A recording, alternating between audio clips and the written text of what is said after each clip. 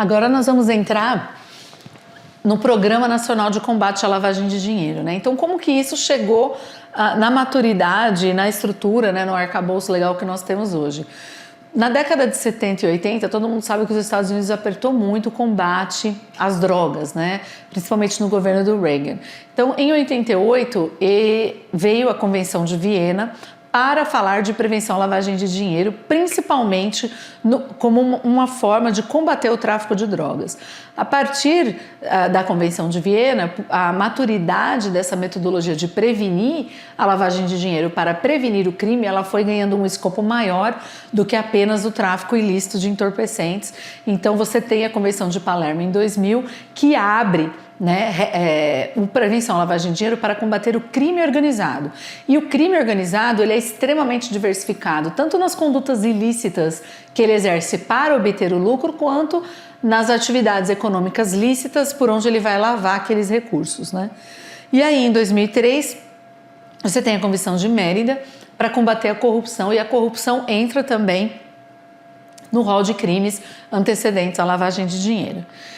E como que isso se refletiu no mundo? Se refletiu através da estruturação do Grupo de Ação Financeira Internacional, criado em 89, logo depois da Convenção de Viena, pelos 7 países, né, o G7, como a gente conhece, e hoje o Brasil, por exemplo, é um dos signatários do GAFI, e é por isso que nós recebemos, então, a auditoria do GAFI. Tudo que nós estabelecemos, que o Brasil estabelece como seu Programa Nacional de Prevenção à Lavagem de Dinheiro, a publicação da 9.613, a publicação de resolução por mercado, por atividade econômica, a organização de uma unidade de inteligência financeira como o COAF, ela veio como recomendações do GAFI. Hoje o GAFI tem 40 recomendações para os países signatários estruturarem os seus programas de prevenção à lavagem de dinheiro. E ali naquele fórum existe o estudo, né, dessa metodologia, dessa técnica, para que sempre os controles também estejam avançando e não estejam tão atrás da inovação criminosa, vamos colocar assim. Então, hoje o GAFI ele faz uma avaliação de risco, ele emite listas, né, de países que têm uma boa prevenção à lavagem de dinheiro e lista de países que não têm essa prevenção tão bem estabelecida ou que não têm qualquer prevenção estabelecida. E aí é que chamam as listas cinza e lista negra do GAFI, né, a lista blacklist e grey list do GAFI. A primeira coisa que o GAFI recomenda é que a jurisdição signatária ela criminalize a conduta. Foi por isso que em 98 o Brasil, assim que se tornou signatário do GAFI, foi lá e promulgou a sua lei de prevenção à lavagem de dinheiro. E também ele recomenda que haja o confisco de todos os bens identificados ou propriedades, ou direitos, ou valores que foram identificados, que foram objetos de lavagem, exatamente porque o objetivo aqui é diminuir condutas criminosas e não só a lavagem de dinheiro. A lavagem de dinheiro é uma das formas de você coibir a criminalidade. Então, se você não rastrear e não apreender, seja valores, seja bem, seja direito, você não consegue estrangular, o crime vai continuar compensando. Aqui você tem toda a rede que atua junto do GAFI. Na América Latina nós temos o GAFILAT, então o Brasil é signatário do GAFILAT, ele cuida de 20 países na América Latina que estão se estruturando para fazer prevenção à lavagem de dinheiro nas suas jurisdições. Então ele vira um fórum de troca de conhecimento e como se fosse uma consultoria, fazendo simulações nos países para que quando o GAFI de fato venha fazer a sua auditoria e dizer se o país vai entrar na grey list ou na blacklist, ele esteja preparado para fechar gaps, para ter controles melhor estruturados, para poder ter uma prevenção de fato eficaz e efetiva. Aqui é um pouquinho explicando para vocês sobre a blacklist. Hoje nós temos 3 países, o Irã, Myanmar e a Coreia do Norte. Também temos o Sudão nessa lista. E no grey list você tem um pouquinho mais de países, né, ali que o GAFI entendeu que não possuem adequada prevenção à lavagem de dinheiro no âmbito nacional. Aí é como país e não como empresa, né? Significa que as empresas desses países não têm uma boa prevenção à lavagem de dinheiro? Não, significa que o país ou não é signatário do GAFI ou não tem a adequada, ou é signatário e ainda não atingiu uma maturidade com adequados controles no seu Programa Nacional de Prevenção à Lavagem de Dinheiro. E aí a gente chega na nossa unidade de inteligência financeira, que também foi criada pela Lei 9.613, como uma das recomendações do GAFIA, que a gente traz a recomendação 29. E o que é uma unidade de inteligência financeira? É um órgão mesmo, tipo a CIA, tipo o FBI, tipo a ABIN aqui no Brasil, que coleta inteligência relacionada a transações financeiras. E essa inteligência ela coleta exatamente para identificar situações suspeitas, já que dinheiro não cai no céu e ele precisa ter uma origem, ela então existe para identificar se aquele recurso tem uma origem lícita ou se é uma situação suspeita que precisa ser investigada pelas polícias, pelos ministérios públicos, para então entrar-se com uma persecução criminal. Ela tem 3 espécies de unidades de inteligência financeira. Ela pode ter uma natureza persecutória penal, não é o caso aqui no Brasil. O COAF ele tem uma natureza 100% administrativa. Além de ter a persecutória penal, ela também pode ter uma natureza coercitiva. Ou seja, ela pode determinar medidas preventivas e punitivas, como suspender licenças para operar, congelar bens. O COAF ele tem uma híbrida, vamos dizer assim, uma natureza híbrida entre a administrativa e a coercitiva, porque sim, o COAF pode aplicar multas, como vem aplicando multas a diversos setores da economia que ali falharam no seu dever de montar programas de prevenção à lavagem de dinheiro adequados e robustos, né? Então você tem ali o poder do COAF nosso estar aplicando multas e penalidades e, portanto, ações coercitivas, né? E a terceira natureza é a administrativa, que é, na verdade, um órgão que vai simplesmente regulamentar, administrar todo o Programa Nacional de Prevenção à Lavagem de Dinheiro. O COAF, ele regulamenta, vamos dizer assim, como norma maior, né? E aí ele faz uma parceria, uma cooperação privada, e nós vamos falar disso daqui, exatamente porque cada setor da economia opera no âmbito da sociedade privada, né? Então, ele faz essa parceria com esses especialistas do setor financeiro, do setor de minério, do setor de artigos de luxo, para que esses especialistas digam para o COAF o seguinte: olha, no meu mercado, normalmente essa operação acontece assim, mas esse cliente operando comigo quis fazer uma transação assim, o que não é normal. Encaminho a informação para que você veja se ela é suspeita ou não. E o COAF ele vai angariando esses pedaços de inteligência do mercado nacional como um todo. E aí ele forma o que a gente chama de relatório de inteligência financeira, com todo esse mosaico composto aí dessas redes de inteligência que foram montadas, para então passar para as polícias ou para os ministérios públicos para que façam as respectivas investigações e então realizem a persecução penal. Essas unidades de inteligência financeira de cada jurisdição, cada país tem a sua, elas formaram uma associação, assim como os bancos aqui no Brasil têm a FEBRABAN, os crypto exchanges têm a AB Cripto. No mundo, as unidades de inteligência financeira se uniram e formaram o grupo Egmont, que é um grupo criado em 95 por essas unidades de inteligência financeira. Hoje, todas as unidades de inteligência financeira no globo fazem parte e ali elas podem trocar informação, trocar experiências, trocar tipologias, porque veja, a lavagem de dinheiro lida com a criatividade humana. O lavador de dinheiro ele tem que ser extremamente criativo para sempre estar arranjando uma brecha nos controles, nas normas, nas atividades econômicas para estar conseguindo inserir, fazer a colocação daquele recurso oriundo de um crime. Então, se as unidades de inteligência financeira não se conversarem, o mercado perde, né? Eu gosto muito de dar o exemplo das Torres Gêmeas, né, do 11 de setembro, porque a CIA sabia que os terroristas que cometeram aquele ato de terror já estavam em território americano há 2 anos, porém não informaram o FBI. Se as duas agências tivessem trabalhado em conjunto, trocando informações, muito provavelmente o ato de terror poderia ter sido suprimido e não ter acontecido. As redes de inteligência precisam se falar, porque inteligência nada mais é do que informação. Aqui é a mesma situação, mas voltada para a inteligência financeira. Os países precisam conversar sobre tipologias, ainda mais no mundo de hoje, que está cada vez menor, muito mais transfronteiriço, com produtos muito rápidos. Hoje você faz um câmbio através de qualquer organização no mesmo dia. né? Então é uma velocidade extremamente rápida. Se as unidades de inteligência financeira não estiverem conversando entre si, alguma tipologia, alguma informação com certeza vai se perder.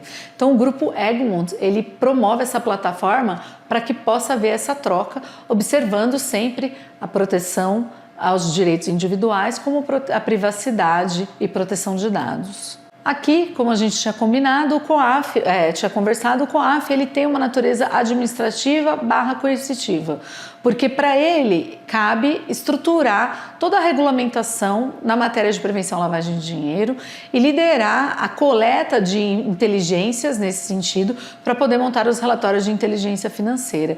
E ele também tem poderes punitivos, né, coercitivos, de multas institucionais que ele aplica para os setores que ele diretamente regula. A gente conversou aqui sobre Conselho Federal de Contabilidade, a gente conversou sobre o Banco Central, a CVM, a SUSEP, a Agência Nacional de Mineração. Todos esses setores da economia têm agências reguladoras ou órgãos que fazem a regulamentação daquela atividade econômica como um todo, inclusive sobre matéria de prevenção à lavagem de dinheiro. Existem atividades, porém, que nós já comentamos, que não possuem esses órgãos de classe, como, por exemplo, quando você comercializa ou contrata atletas e artistas, quando você, por exemplo, comercializa joias, artigos de luxo, apesar de ter como é que chama? Obras de arte tem o IFAM, mas para artigos de luxo você não tem uma categoria de classe. Então o COAF acaba assumindo esse papel de regulador desses setores, né? E aí ele tem não só o papel de publicar, sistematizar toda a regulamentação, mas também na aplicação de multa, porque ele supervisiona se aqueles setores estão cumprindo com as suas obrigações de criarem programas de prevenção e fazerem comunicação da situação atípica para o COAF realizar os relatórios de inteligência financeira. Então, ele vale trazer alguns pontos de observação sobre o COAF agora, pessoal, porque, por exemplo, teve muito tumulto aí na sociedade brasileira com relação aos poderes que o COAF tem. O COAF não tem poder de quebra de sigilos de dados bancários, fiscais ou quaisquer outros. O COAF recebe comunicações, é como se fossem grandes redações do Enem. Ele não recebe arquivos em PDF, arquivo de foto, print screen de tela. O sistema dele nem permite que arquivo seja anexado ali ao sistema. O sistema chama-se SCOAF, né, sistema do COAF. E ali o que esses setores da economia fazem é produzir uma redação. Ele vai fornecer CPF e CNPJ para o COAF das transações que aconteceram e vai contar, vai fazer uma redação ali contando, como eu comentei com vocês. Eu opero com este cliente já há não sei quantos anos, esse cliente normalmente consome esses produtos comigo, porém na data tal ele consumiu esse produto dessa forma, o que não é normal para o meu setor. COAF, é isso. Essas são as comunicações. Então, o COAF não tem acesso aos impostos de renda, ele não tem acesso ao extrato bancário, ele não tem acesso a extrato de ligações que foram realizadas, ele não tem acesso a notas fiscais, né? Então, quando o mercado faz comunicação ao COAF e coloca lá o número da nota fiscal eletrônica, o COAF não tem o que fazer com essa informação, porque ele não tem acesso aos bancos de dados da Receita Federal. Isso é muito importante porque às vezes a gente vê uma certa confusão jurídica sobre a posição do COAF na sociedade, falar que não pode fazer comunicações ao COAF. Não é que não pode, deve, e é uma obrigação internacional que o país assumiu perante todas as outras jurisdições quando ele se subscreveu, né, ao GAFI. Então é uma obrigação nacional fazer comunicação de situação suspeita ao COAF. É muito diferente, por exemplo, de quando a CGU faz uma investigação, que a empresa pode escolher não falar nada, como ela pode escolher fazer um acordo de leniência, levantar a mão e dizer que alguma coisa relacionada à corrupção aconteceu dentro da sua estrutura. Com relação a informações financeiras, não.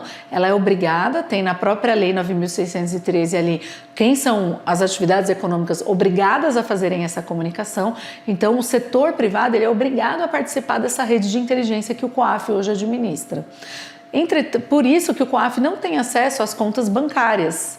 Ele não pode entrar num Bacen-Jude como um juiz pode e mandar identificar valores e bloquear esses valores. Ele não recebe extrato bancário, ele não tem visibilidade sobre o que as pessoas sendo comunicadas fazem ou deixam de fazer. Ele só tem acesso àquela redação que aquele setor da economia passou para ele sobre uma situação que não é normal acontecer naquela atividade econômica. Ele tem que requerer, assim como a polícia requer, o Ministério Público requer, todas essas quebras de sigilo ou acesso, ele tem que pedir para um juiz, porque só o juiz pode determinar as quebras ou pode determinar acesso às informações que são acobertadas por sigilo constitucional, inclusive, né? Então, ele pode requerer esclarecimento para as empresas que estão fazendo comunicação. Como eu mencionei, exatamente uma redação do Enem. Vamos supor que a sua organização submeteu a redação, mas a redação não é clara, a redação não é objetiva, não dá para entender qual é a situação suspeita ou atípica que aconteceu, que a organização relatou. Ele pode voltar naquela organização e pedir mais esclarecimentos, mas isso não implica em quebra de sigilo e não implica acesso a informações cobertas por sigilo. Muito importante esse ponto. O COAF, ele não tem quadro próprio. Como que ele se organiza? Ele pega emprestado, ele forma ali um mosaico de diversos outros órgãos. Exatamente porque ele não tem... que faculdade eu tenho que fazer para trabalhar no COAF? Qualquer uma. Porque o que ele lida é com a criatividade humana, com uma diversificação de atividades econômicas gigante e diversificação de tipologias, tanto de crime, tanto fraude, quanto a forma como o crime se estabelece para tentar lavar o dinheiro das outras tipologias, que ele precisa ter pessoas de diversas formações, de diversas experiências diferentes. Então aqui a gente traz um pouquinho como é que o plenário do COAF ele é estabelecido e também como que os seus times são montados através de empréstimo de outras carreiras do Banco Central, da Caixa Econômica Federal, dos ministérios, tem que ser, por óbvio, né, ali do setor público, né? Então você tem aí as diversas órgãos públicos da onde o COAF pode buscar empréstimo de funcionarismo público para que seus quadros de pessoal sejam supridos. E você tem, então, aí as diversas parcerias ou os diversos âmbitos nos quais o COAF ele atua, né? Então, ele atua com todas essas estruturas nacionais ou internacionais que fazem a prevenção à lavagem de dinheiro. O COAF recebe muitas comunicações, né? Então, toda essa estrutura de prevenção à lavagem de dinheiro na nossa sociedade gera diversas comunicações ao COAF. Mas vale dizer que quantidade não é qualidade. E por isso, aquela prerrogativa que eu comentei anteriormente do COAF, de poder voltar na instituição que fez a comunicação para entender maiores detalhes sobre o que estava escrito ali. Exatamente porque ele precisa, então, gerar o seu relatório de inteligência financeira. E hoje ele recebe milhares de comunicações, mas nem todas são aproveitáveis. Então, existe um grande trabalho do COAF, junto com os órgãos reguladores de classe, de fazer um treinamento, né, e disseminar a cultura de prevenção à lavagem de dinheiro por todas as empresas que atuam naqueles setores da economia, para que eles saibam que tipo de informação no final do dia é importante que seja passada para o COAF e não ficar mandando, como eu mencionei para vocês, o número de uma nota fiscal, porque quando chegar no COAF ele não tem o que fazer com isso, visto que ele não tem acesso aos bancos de dados da Receita Federal. Ele precisa de uma história, de uma redação, por isso a paridade com o Enem. E aí você tem que 70% das operações suspeitas comunicadas ao COAF vêm dos cartórios, porém, como eu mencionei, quantidade não é qualidade, né? Então também há bastante treinamento e informação dos cartórios com relação a essa atividade. A Lei 9.613 chama todas essas atividades econômicas de pessoas, setores obrigados a comunicar. Como eu comentei com vocês, essas atividades econômicas não pode falar assim, não vou dizer nada para o COAF não. Como elas podem dizer para a CGU, não vou levantar a mão, deixa a CGU investigar. Aqui ela não tem essa prerrogativa, porque é uma obrigação legal. Na 9.613 diz que esses setores são obrigados, uma vez que identificada uma situação suspeita ou atípica, fazer a sua comunicação ao COAF. Por isso que todos esses setores precisam trabalhar programas de prevenção à lavagem de dinheiro. Porque para você identificar uma agulha no palheiro, ou seja, uma situação atípica dentro das muitas transações normais e lícitas que aquela empresa atua, você precisa ter uma área de compliance estabelecida com um programa e metodologias, tanto para avaliar com todas as partes com qual aquela empresa se relaciona. Então você tem hoje os programas de conheça seu cliente, conheça seu funcionário, conheça seu fornecedor, conheça seu parceiro, para você entender quem é o meu fornecedor de maior risco, ou seja, que estaria mais exposto ou que teria mais probabilidade de poder lavar dinheiro através da relação jurídica negocial que ele tem comigo.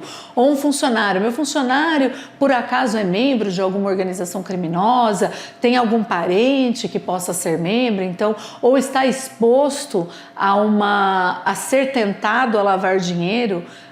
Então todo esse mapeamento de risco ele precisa ser feito por todas essas áreas da economia para que eles possam identificar também nas suas operações uma que seja suspeita para fazer a comunicação ao COAF. O Brasil também estruturou a estratégia de combate à corrupção. Estratégia parece que é um documento escrito, mas aqui não é. Ele é de fato como se fosse uma associação de diversos entes que têm a obrigação de fazer a prevenção para que eles possam construir uma estratégia nacional que pode ser cascateada para todos os setores, aí público e privado, para que haja de fato um bom, eficaz e eficiente enfrentamento dessa prática, né? Ela foi criada em 2003, com 80 instituições públicas, ainda tem muita. Se você entrar no site do ENCLA, você vai ver todo mundo que participa ali. Ela tem um conselho também que restringe um pouco mais, vamos dizer assim, os órgãos que participam.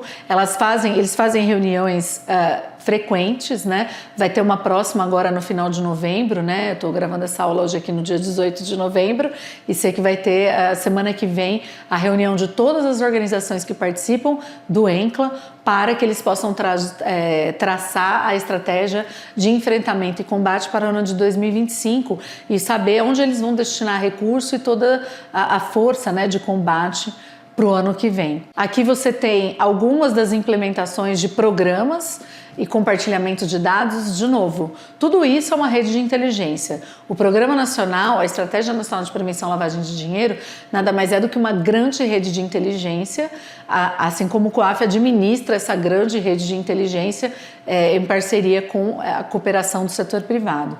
E aí você tem que fazer outros sistemas de compartilhamento de dados, tudo de acordo com a Lei Geral de Proteção de Dados e todos os nossos sigilos constitucionais, para que haja uma eficácia e uma eficiência nesse processo. Então aqui a gente elenca algumas delas, né?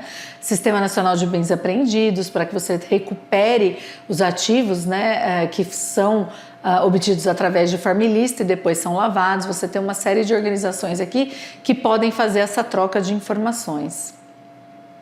A gente traz também para vocês algumas das ações, né, que a ENCLA estabeleceu e que teve um retorno muito bom. Como eu comentei com vocês, é muito necessário identificar sempre as tipologias novas, ou seja, o modus operandi novo que as organizações criminosas estão dispondo para ou lavar dinheiro ou para cometer os seus crimes, né? E através da ENCLA foram estabelecidas algumas atividades para você analisar essas vulnerabilidades de setores, em especial aqui de apostas, né? Para que pudesse inclusive ser gerada a regulamentação que fosse organizar o setor para que ele possa fazer prevenção à lavagem de dinheiro e não seja um setor tão vulnerável. Então, essa também foi uma iniciativa da ENCLA. As diretrizes nacionais de integridade para prevenção e combate à corrupção também foram diretrizes trazidas pela ENCLA. Você tem a questão de aprofundamento de risco de lavagem de dinheiro, de entender as tipologias que estão investidas ali, os modus operandi com que existe, como é que funciona a alocação do patrimônio, principalmente quando você fala de transfronteiriço, né? Porque no Brasil a gente até entende como a nossa jurisdição funciona, mas às vezes no exterior a gente não tem tanto conhecimento aprofundado e aí a nossa busca e apreensão ou rastreabilidade daquele dinheiro fica prejudicada. Então a ENCLA aprofundou esses estudos, montou esses estudos exatamente para gerar insumo para que todos aqueles setores da economia conseguissem rastrear o dinheiro, independente dele estar no Brasil ou em jurisdição como paraísos fiscais. E ela gerou esse Manual de Cooperação Jurídica Internacional e criou o Departamento de Recuperação de Ativos, né? Ali dentro do Ministério da Justiça, que é que ajuda a recuperar todos esses ativos e faz essas cooperações internacionais quando a gente fala dessas transações transfronteiriças, que hoje é mais comum do que a exceção, né? Antigamente era mais a exceção do que a regra, hoje ela é a regra, né? As organizações criminosas, elas são internacionais, elas fazem parceria com outras organizações criminosas e todos os crimes eles acabam sendo transfronteiriços. Bom, então falando um pouquinho de cooperação privada para vocês, né? Aqui a gente traz um pouco das biografias, depois esse material vai ficar à disposição de vocês. Mas como eu comentei com vocês, o COAF ele precisa muito da parceria do setor privado, né? Essa parceria acabou virando uma obrigação legal através da 9.613, mas se não houver boa vontade nessas comunicações, de fato, se não houver essa cooperação privada, ainda que seja uma obrigação legal, você faz um mínimo legal ali para cumpri-la, não é o que o COAF está procurando, né? Precisa ter qualidade nas informações que são prestadas. E como é que funciona toda essa articulação nacional para que a prevenção à lavagem de dinheiro seja bem colocada? Então você tem ali o COAF, né? O COAF, ele, como eu comentei com você, ele é um órgão regulador diretamente das joalherias, dos bens de luxo, de factorings, e aí você tem os demais setores regulados que acabam também tendo que cooperar ali com o COAF. E esses setores regulados é que trazem a cooperação privada para que essas comunicações sejam feitas e o COAF possa munir aqueles que têm autoridade, né, têm poder de polícia para investigar e para realizar persecução criminal, para que o crime não compensa, né, para que haja de fato ali uma punição. Então, aqui a gente traz um pouquinho para vocês como é que esses órgãos, quais são todos os órgãos envolvidos nessa rede de inteligência que o COAF gera, né? E aí a gente entra um pouquinho para falar então sobre essas pessoas físicas ou jurídicas obrigadas a fazer comunicação, né? Então, são as famosas pessoas obrigadas, que nada mais é do que agentes de inteligência. Então, o COAF vai lá e recruta agentes de inteligência através da Lei 9.613 para que eles contribuam com essas informações, para que o COAF tenha a habilidade de criar o relatório de inteligência financeira. Porque é impossível ao COAF ser especialista em tantos setores da economia, como setor financeiro, setor de minério, setor de consultoria, o próprio setor de jurídico, né? É um setor que está vulnerável, principalmente ali com relação à atividade dos advogados. Então, são setores que têm que cooperar com o COAF para que o COAF possa criar ali um relatório de inteligência financeira. É como se fôssemos todos 007s contribuindo com inteligência para que o nosso governo consiga fazer com que o crime não compense, né? Então a gente traz um pouquinho para vocês todos esses setores da economia que a Lei 9.613 determina que precisa fazer essa participação. Todas elas também estão representadas aqui por cada um desses reguladores que contribuem com o COAF. Você vai perceber que há uma correlação entre os incisos do artigo 9º e os órgãos que cooperam com o COAF para gerar esse relatório de inteligência financeira.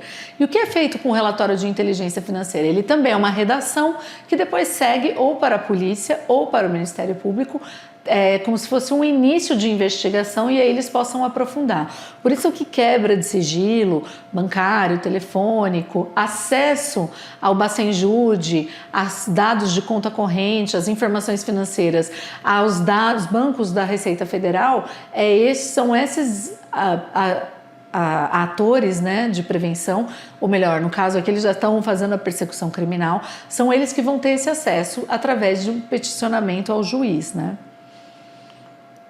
E aqui você tem todas essas atividades que a gente já comentou. Então você vai encontrar aqui bens de luxo, juntas comerciais e os cartórios, que são os registros públicos, serviços de assessoria, consultoria, contador, você vai ter compra e venda de imóveis, você vai ter a negociação de artistas e atletas, você vai ter o setor financeiro através da abertura, gestão de contas bancárias, de poupança, de investimento. você vai ter a alienação, aquisição de contratos. Lembra que o tipo penal da norma traz ocultação ou dissimulação de bens, direitos, ou aqui direitos, né? A questão de aquisição de direitos sobre contratos. Você tem, aí aparece os dois, né? Contratos relacionados a atividades esportivas ou artísticas e direitos de transferência de atleta, artistas ou feiras, exposições que acontecem. Você tem também, aí até regulamentado pela própria Polícia Federal, as empresas de transporte e guarda de valores, né? Que são os carros fortes que transitam com grandes quantidades de dinheiro. Você tem alto valor de origem rural ou animal, que também pode ser comercializado. Inclusive na Apple TV tem um documentário muito interessante sobre uma organização criminosa no México que lavava dinheiro de droga dentro dos leilões de cavalos e gados no Texas, nos Estados Unidos. É bastante interessante esse documentário, mostra ali muito bem, inclusive, essa cooperação entre as agências de inteligência, né? Porque ali nos Estados Unidos você tem o Homeland Security e você tem os atuantes na borda, na fronteira, e os dois trabalhando juntos ali para mitigar essa atividade ilícita ali no Texas, né? E você tem aqui, finalmente, em 2022, uma alteração da 9.613 para incluir os ativos virtuais que a gente já conversou aqui. Em razão da Constituição de 88, você se questiona muito, existe essa conversa jurídica, né, sobre as autoridades se há uma violação do direito ao silêncio, ou seja, não gerar informação que pode ser usada contra você. Entretanto, quando a gente fala de comunicação ao COAF, você não está gerando uma informação contra você, não é contra a sua empresa ou você que trabalha naquela empresa, mas é contra o seu cliente, o seu fornecedor, o seu funcionário que atua naquele esquema. Portanto, não há esse conflito entre você fazer uma comunicação ao COAF e o direito ao silêncio. Esse conflito ele existe na CGU. Quando ele está sendo investigado por atos de corrupção e aí ele levanta a mão para falar que aconteceu atos de corrupção dentro da sua estrutura e ele faz isso através de um acordo de leniência acompanhado ali de um advogado. A comunicação ao COAF, ela não traz riscos à empresa no sentido da empresa ser considerada cúmplice na lavagem. Ela é meio, mas ela é um meio não participante do tipo penal. Por isso a obrigação de comunicar. Se ela deixar de comunicar e lá na frente for identificado que ela foi meio, aí ela vai ser cúmplice. Mas enquanto ela está executando a sua obrigação legal de levantar a mão e de cooperar, lembra, é uma rede de inteligência. Sendo uma rede de inteligência, ela tem a obrigação de reportar partes de inteligência para o órgão que consolida tudo isso e envia para o Ministério Público ou a polícia poder fazer a investigação.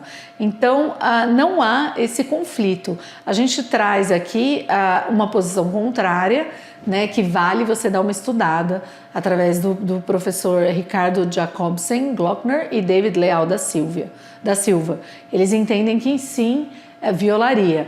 Porém, isso não é a posição majoritária, muito menos a posição internacional, né? Principalmente quando o Brasil se tornou signatário do GAFI e trouxe tudo isso e harmonizou esse decreto, né, de trazer essas obrigações internacionais com o seu ordenamento jurídico. Portanto, não há conflito entre o direito ao silêncio, né, porque você não está produzindo provas contra si próprio.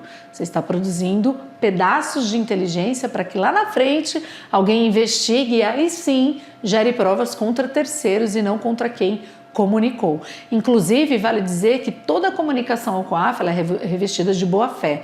Então, em que momento uma comunicação pode sim reverter contra a pessoa que comunicou? Quando ela fez uma comunicação de má-fé.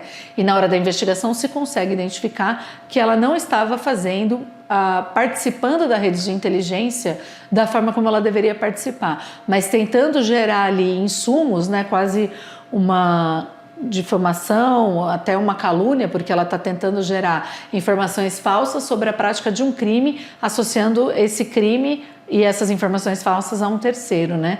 Então, se ela está revestida de má fé, ela vai ser sim incriminada ali no meio, mas se ela está de boa fé, como é praticamente 99% das comunicações que são feitas ao COAF, ela nunca vai ser responsabilizada ou incriminada. Aqui a gente traz um pouquinho mais dessas informações que eu já compartilhei com vocês e mostra, né, exatamente todo o arcabouço legal, tanto de leis quanto de secundárias, né, leis secundárias como resoluções e instruções normativas circulares que amparam essa atividade.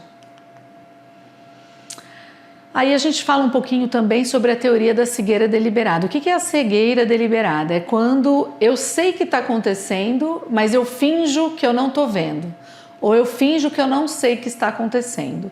Né? E a jurisprudência norte-americana, ela trouxe essa ignorância propositada como defesa à imputação de um crime, né? A partir dessa premissa, né? Então ela entende que a ignorância, ela não pode, porque se eu não posso ser ignorante da lei, é que a gente fala, né? Você não pode desconhecer a lei, você não pode não saber, eu não sabia que a lei falava isso, então eu cometi essa ação. Ninguém pode alegar a ignorância da lei. É a mesma situação aqui. Você não vai poder alegar a ignorância da lei, uma cegueira deliberada ali, né?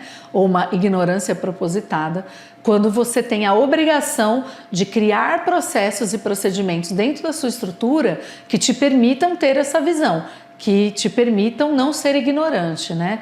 E aqui a gente traz também uma parte de um julgamento da ministra Rosa Weber sobre esse assunto, e ela destacou alguns critérios sobre a teoria da cegueira deliberada. Quais são? A ciência do agente quanto à elevada probabilidade de que bens, direitos ou valores provenham de crimes, e por isso que as regulamentações de prevenção à lavagem de dinheiro trazem a questão da abordagem baseada no risco, porque você não tem condições de olhar para todo mundo, mas você tem condições de fazer uma avaliação interna de risco da sua organização e estabelecer quais são os grupos que te trazem mais alto risco de que aquele bem, direito ou valor seja proveniente de um crime. Portanto, essa ciência do agente, né, a elevada probabilidade, ela viria de toda essa metodologia que você pode estabelecer ali na sua estrutura. 2, atuar de forma indiferente a esse conhecimento. Então, você estruturou, você viu e você deu de ombros e falou assim, eu estou lucrando com isso mesmo, não tem problema. A gente tem um caso muito recente que é do TD Bank lá nos Estados Unidos. O TD Bank lavou cerca de 1,8 trilhões de dinheiro, de dólares, do tráfico mexicano na sua organização, e ali tinha conluio até da área de compliance que deveria estar fazendo as comunicações à unidade de inteligência financeira dos Estados Unidos, que é o FinCEN. E aí todo mundo ali está implicado, a investigação já está, vários deles já estão presos, exatamente porque não tem como aplicar a teoria da cegueira deliberada, né? Então eles atuaram de forma indiferente, sabendo que aqueles valores eram provenientes de atividade criminosa. E 3, a escolha deliberada do agente em permanecer ignorante a respeito de todos os fatos, quando possível a alternativa, ou seja, tem aula, tem informação, sai no noticiário e a pessoa, será que o meu negócio é obrigado a participar de prevenção à lavagem de dinheiro? E ela não corre atrás para saber, que aí é a ignorância propositada mesmo. Eu estou ganhando dinheiro, eu não preciso saber de onde vem o dinheiro do meu fornecedor ou o dinheiro do meu cliente para pagar o meu serviço.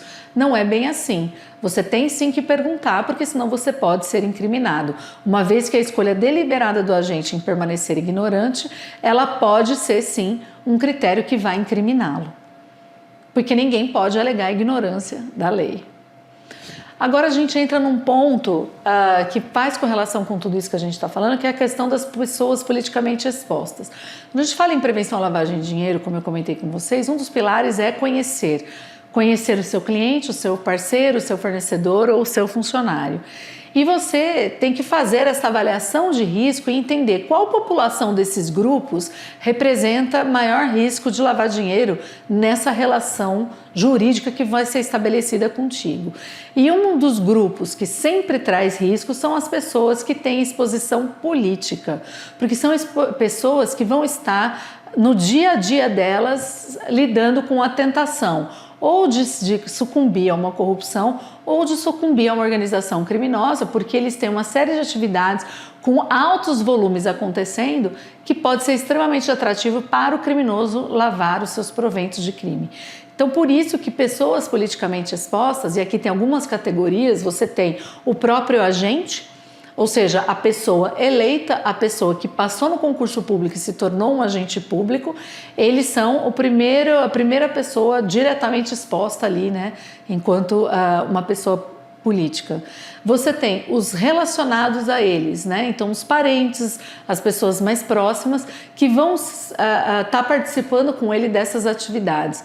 Você tem as empresas que negociam com o setor público, né? Que são empresas consideradas politicamente expostas porque têm contratos com o setor público, né? E você tem então daí os relacionados a essas empresas, né? Então vamos dizer que é um sócio que não está na administração, mas que é sócio dessa empresa que tem o contrato com o setor público, que também pode ser considerada uma pessoa exposta politicamente. Aqui no Brasil, normalmente, na metodologia de prevenção à lavagem de dinheiro, você acaba só considerando as duas primeiras classificações, ou seja, a pessoa que exerce o ofício de agente público, seja eleita ou seja porque foi contratada através de concurso público, e os relacionados a essa pessoa, os parentes próximos, os amigos, os vizinhos. E aí é isso que a gente traz um pouquinho aqui para você, né, para vocês, essa explicação que eu trouxe. Então você tem ali um conceito, né, do que é essa pessoa que, por sua posição de destaque ou influência, é mais suscetível a se envolver numa situação de crime e que daí então vai lavar dinheiro, né? E aqui a gente traz o que está na 14.478, que foi promulgada em 2022, trazendo todo o esclarecimento, né, sobre o Cadastro Nacional de Pessoas Expostas Politicamente, que está disponibilizado no Portal da Transparência, administrado pela CGU.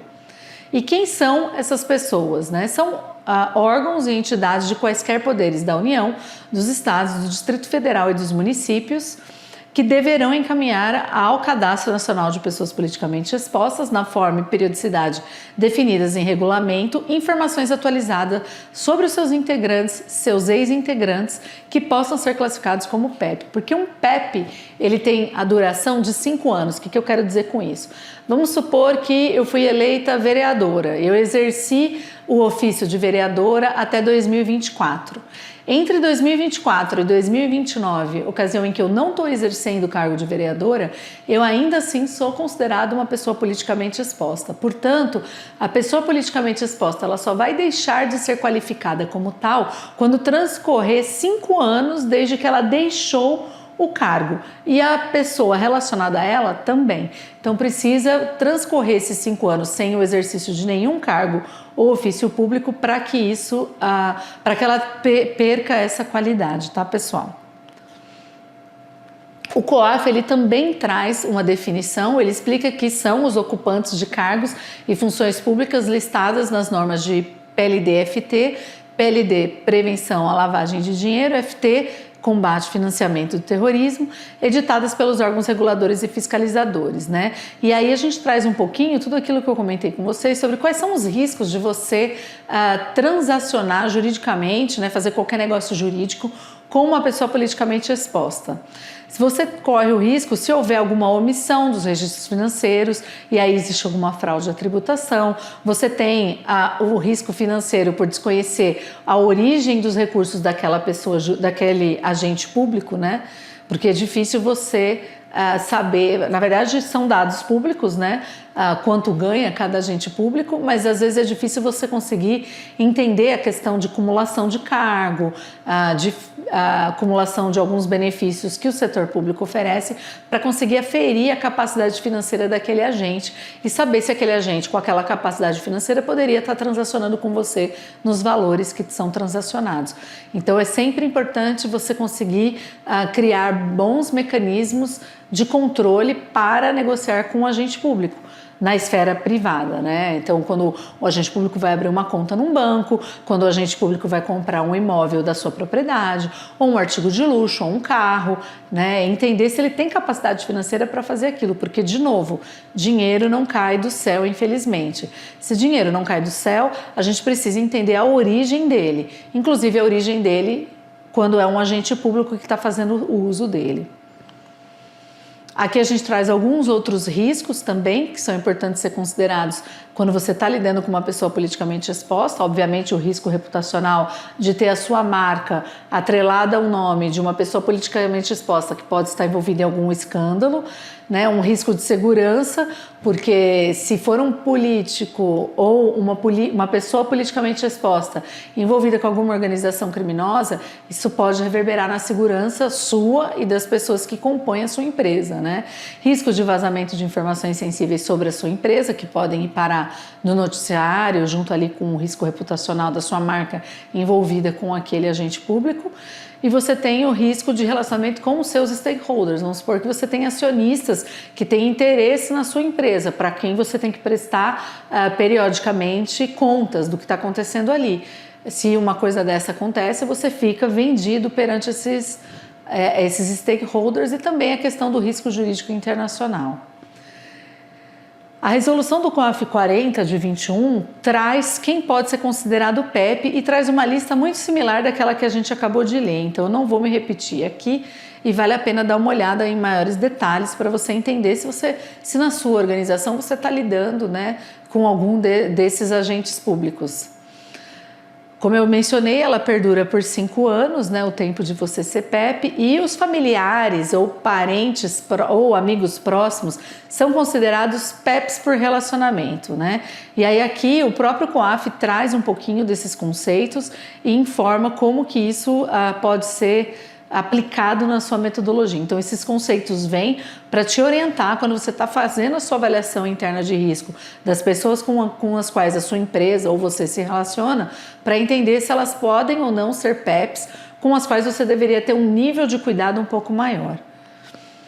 E aqui a gente entra então no outro pilar de prevenção à lavagem de dinheiro. Então são 2 pilares que fundamentam a prevenção à lavagem de dinheiro. O pilar do conhecer o seu, que é o que a gente falou até agora, conhecer o seu cliente, seu fornecedor, seu parceiro, seu funcionário.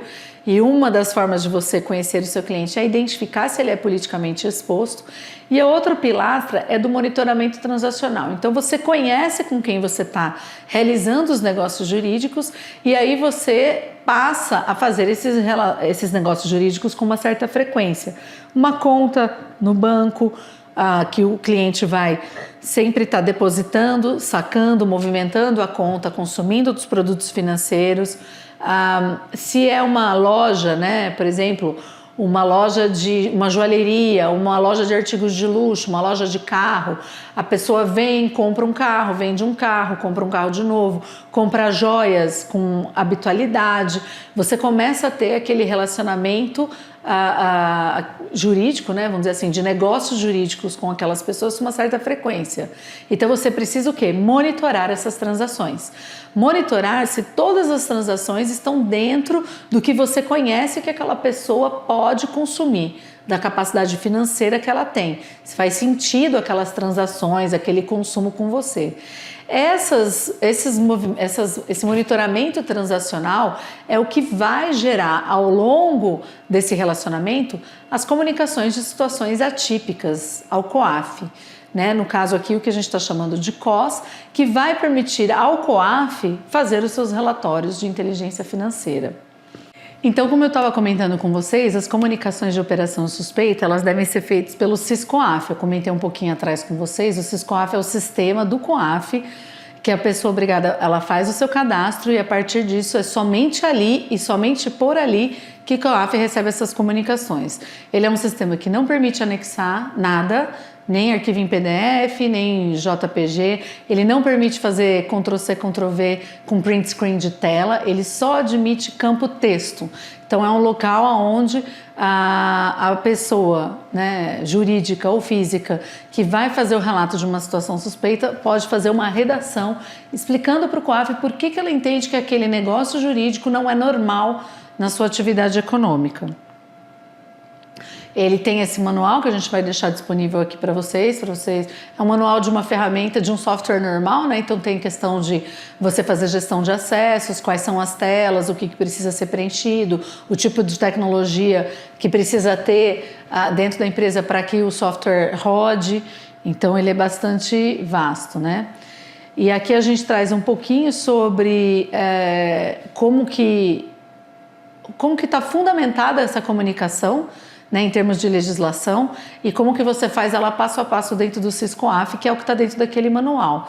Então você pode fazer essa comunicação tanto uma a uma dentro do sistema do SysCoaf, como você pode fazer uma rotina noturna em que tudo que você analisou naquele dia e decidiu que é uma comunicação para o COAF, existe uma rotina noturna que a sua área de TI pode fazer para subir esse batch de comunicações dentro do SysCoaf, tá?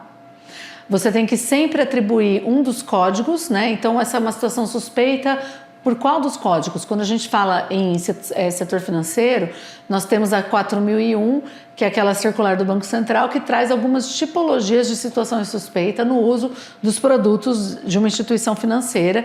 E essas tipologias você encontra cada código para elas dentro do SysCoaf. Você tem que... Porque o sistema do lado do COAF também tem uma certa inteligência, considerando todas as comunicações que o COAF recebe, existe um robô ali que faz uma conexão entre as tipologias, o CPF, o CNPJ, para gerar um alerta para o analista do COAF iniciar ali o seu relatório de inteligência financeira.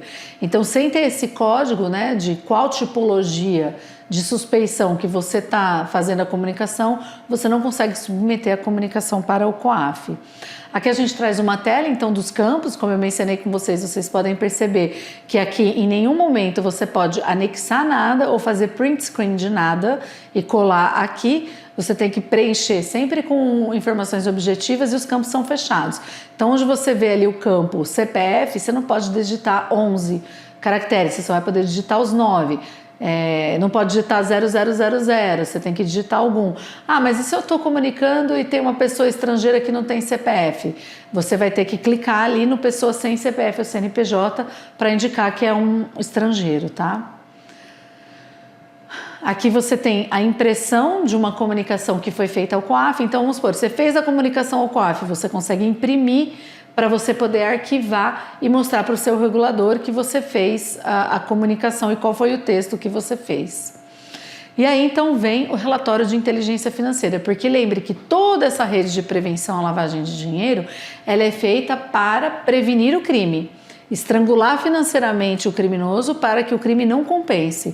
Então, o que o COAF está fazendo? Ele está consolidando uma série de inteligências, de pedaços de inteligência, para criar um quadro para que o promotor ou a Polícia Federal ou a Polícia Estadual possa realizar persecução criminal. Então, esse relatório ele vai trazer muitos cruzamentos de dados de fontes abertas e das comunicações que foram trazidas pelos participantes dessa rede e vão poder enriquecer a informação que vai ser enviado para esses dois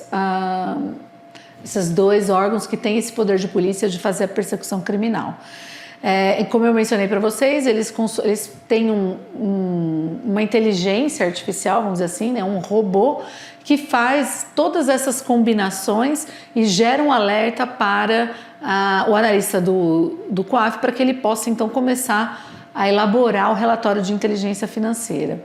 Depois dessa análise individualizada do analista, você tem ali a matriz de risco que o COAF aplica, né, para cada uma daquelas situações. Assim como você faz uma avaliação interna do risco da sua organização, o COAF também faz uma abordagem baseada no risco para gerar os relatórios de inteligência financeira.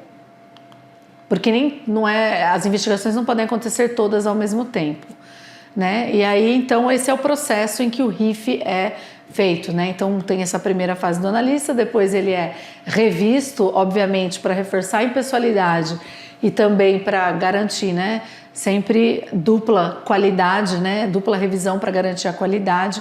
E então o RIF ele é gerado. Esse RIF ele pode ser mandado para a polícia ou para o Ministério Público, como também a polícia ou o Ministério Público podem requisitar que o COAF faça um RIF de pessoas que eles estão investigando já e que eles não receberam nenhum RIF do COAF até o momento. Então o relatório ele segue com essa carinha, você vai ver que é muito similar à carinha da impressão da comunicação que você faz do SIS-COAF. E aqui a gente traz um pouquinho das jurisprudências sobre a utilização do RIF, como que o nosso judiciário enxerga a questão do relatório de inteligência financeira. Tem a temática trazida pelo STF, né, ocorre que por ocasião da apreciação da matéria pelo plenário do STF, o colegiado entendeu acertadamente que não há nenhuma inconstitucionalidade ou ilegalidade no compartilhamento entre Receita ou COAF e Ministério Público de provas e dados imprescindíveis à conformação e ao lançamento do tributo independente de prévia autorização judicial. Não há quebra de sigilo fiscal entre a Receita ou o COAF falarem com o Ministério Público para que o Ministério Público possa realizar a persecução ali tributária daquele delito ou daquela infração. São decisões que a gente deixa para vocês que vale a pena dar uma aprofundada, tá bom, pessoal? O RIF é sim suficiente para iniciar uma instauração de investigação criminal ou um inquérito policial. Horas. Uma denúncia anônima já é suficiente para instaurar um inquérito policial, por que não um relatório de inteligência financeira? Né, que tem toda essa metodologia e ciência por trás, né? O RIF, por outro lado, não é condição indispensável para o MP investigar. O MP ou a polícia, eles podem investigar independentemente de fazer o uso do relatório de inteligência financeira. É claro que o relatório de inteligência financeira traz muitos elementos que vão orientar o Ministério Público e a polícia a fazer uma investigação. Né? Então, vale a pena estar utilizando. Ele é suficiente para justificar o deferimento de meios de obtenção de prova, por exemplo, a quebra de sigilo. Então, o Ministério Público recebe um RIF e aí ele vai até o juiz e pede a quebra de sigilo apoiada nas informações que o RIF trouxe para ele. E já se admitiu a instauração de processo penal somente com um único meio de prova, com o RIF, né? Ou seja, aquele meio de prova inicial, né, que dá os elementos de autoria e materialidade. O RIF é o suficiente para entrar, então, com um processo penal. O professor José Maurício vai desenvolver essas temáticas melhores com vocês e vai trazer aí um pouquinho a mais. Eu agradeço muito a atenção de vocês e participação na minha aula e fico à disposição. Eu sou sócia da Deloitte, trabalho lá fazendo prevenção a crimes financeiros e fico à disposição de vocês para dúvidas ou para troca de experiências, porque como eu mencionei, quando a gente trabalha com inteligência financeira, quanto mais trocas de experiências, melhor será o resultado. Muito obrigada.